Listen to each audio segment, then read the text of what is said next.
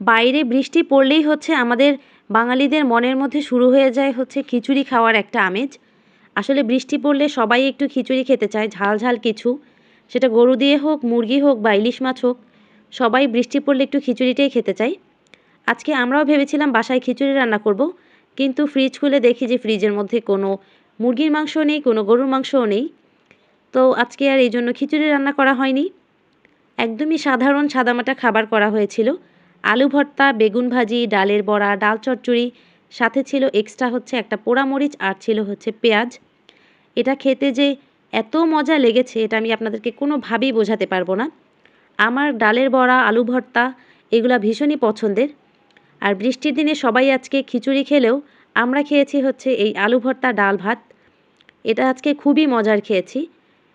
আর এ থেকেই বোঝা যায় হচ্ছে আমি আসলে কতটা গরিব। কারণ আজকে সবাই খিচুড়ি খেলেও আমি একদমই সাদামাটা খাবার খেয়েছি। কিন্তু সেটা নিয়ে আসলে আমার কোনোই সমস্যা নেই। এটা এমনিতেই মজা করে বললাম।